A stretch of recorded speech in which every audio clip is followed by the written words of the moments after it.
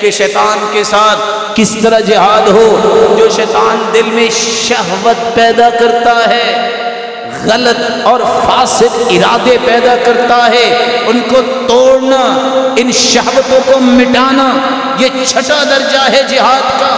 پھر آپ صلی اللہ علیہ وسلم نے فرمایا من رأى منکم منکرا فلیغیرہ بیدی، جو برائی کو دیکھے ہاتھ سے روکے. فإن لم يستطع فبلسانہ، جو ہاتھ سے نہیں روک سکتا زبان سے روکے. فإن لم يستطع فبقلبہ، جو زبان سے بھی نہیں روک سکتا وہ دل سے برا جانے. یہ 3 درجے کب ہوتے ہیں؟ برائی کو دیکھ کر، نفاق کے خلاف، بدعت کے خلاف. لیکن ہاتھ سے کون روکے گا؟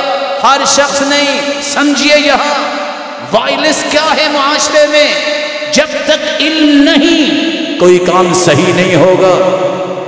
ہاتھ سے وہ روکے جس کے ہاتھ میں قانون ہے. اگر ہر بندہ ہی قانون کو اپنے ہاتھ میں لے گا فسادی بن جائے گا. اسلام اس کی اجازت نہیں دیتا. حکومت کا کام ہے حدود کا نفاذ کرے. یہ حکومت کی ذمہ داری ہے قصاص دلائے.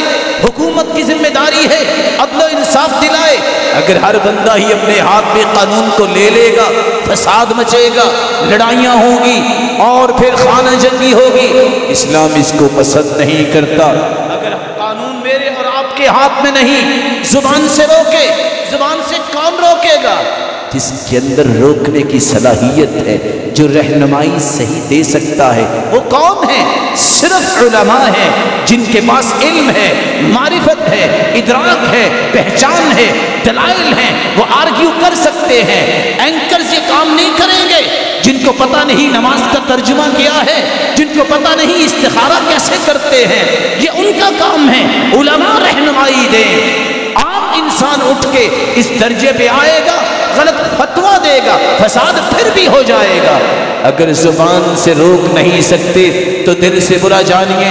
کون؟ جس شخص کے پاس علم نہیں، جس شخص کے پاس حکومت نہیں. اچھا دل سے برا جاننے سے فائدہ کیا ہوگا؟ اللہ کے رسول نے فرمایا اذا اعملت الخطیئۃ فی الارض، زمین میں اگر برائی ہو. کراچی میں ایک ظلم ہوا، ایک برائی ہوئی، یہاں بیٹھے میں اور آپ کہتے ہیں بہت برا ہوا، کان کمن انکرہا، اجر اتنا ہی ملے گا مجھے اور آپ کو یہاں بیٹھے جتنا برائی کو ختم کرنے والوں کو ملے گا.